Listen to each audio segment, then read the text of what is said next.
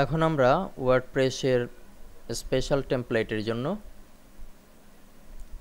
কতজন ভিজিটর এই মুহূর্তে আমাদের এই সাইটটি দেখতে পাচ্ছে সেই বিষয়টি অ্যাড করব। সেটি অ্যাড করতে হলে আমাদেরকে নতুন আরও একটি প্লাগইনস, অনলাইন ইউজার কাউন্টের জন্য একটি প্লাগইনস ব্যবহার করতে হবে। এটিও আপনাদের সিডির সোর্স ফাইল কিংবা ফোল্ডারে দেখতে পাবেন। আমরা এখন এই বিষয়টি অ্যাড করব, সে কারণে আমরা যাচ্ছি আমাদের ড্যাশবোর্ড থেকে প্লাগইনসের ভিতরে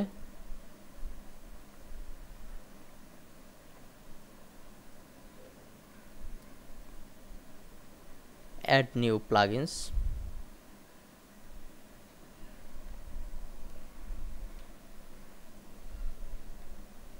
আপলোড,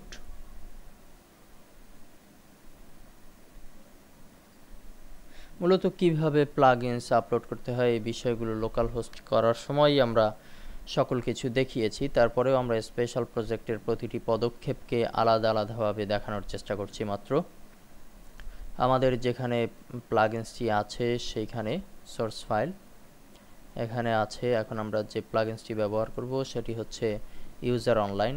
এই WP ইউজার অনলাইন এই প্লাগইনসটি ওপেন করছি। ইনস্টল নাও।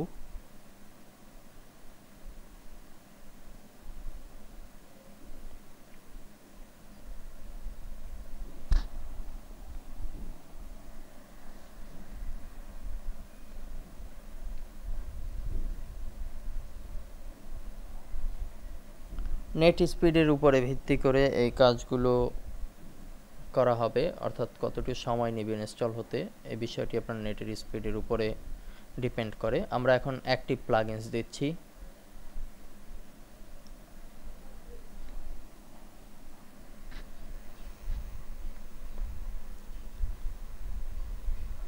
প্লাগইনসটি অ্যাক্টিভ হলে কিভাবে এটি ব্যবহার করব সেই বিষয়টিও কিন্তু এখানে দেয়া থাকে।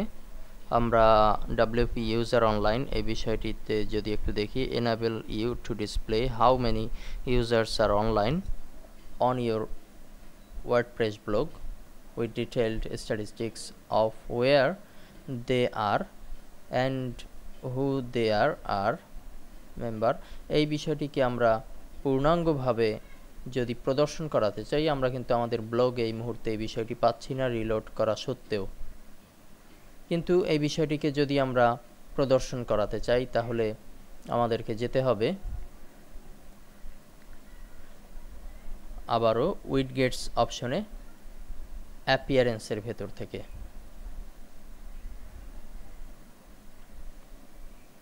উইডগেটস,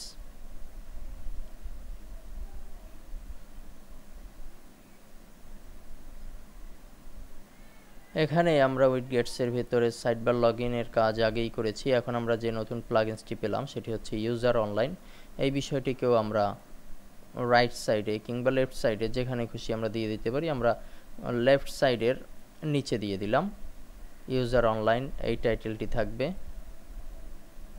আমরা যদি এখন আমাদের সাইটকে একটু রিলোড দেই তাহলে কিন্তু আমরা এর প্র্যাকটিক্যাল ব্যবধান দেখতে পারবো। হ্যাঁ, এখানে অ্যাড হয়েছে ইউজার অনলাইন। এখন একজন মাত্র ইউজার অনলাইনে আছে, এটি আমাকেই নির্দেশ করছে এই মুহূর্তে। এভাবে করে নিত্য নতুন বিভিন্ন প্লাগইনসের মাধ্যমে আমরা আমাদের সাইটকে খুব ভালো মানের সাইটে পরিণত করে ফেলতে পারি।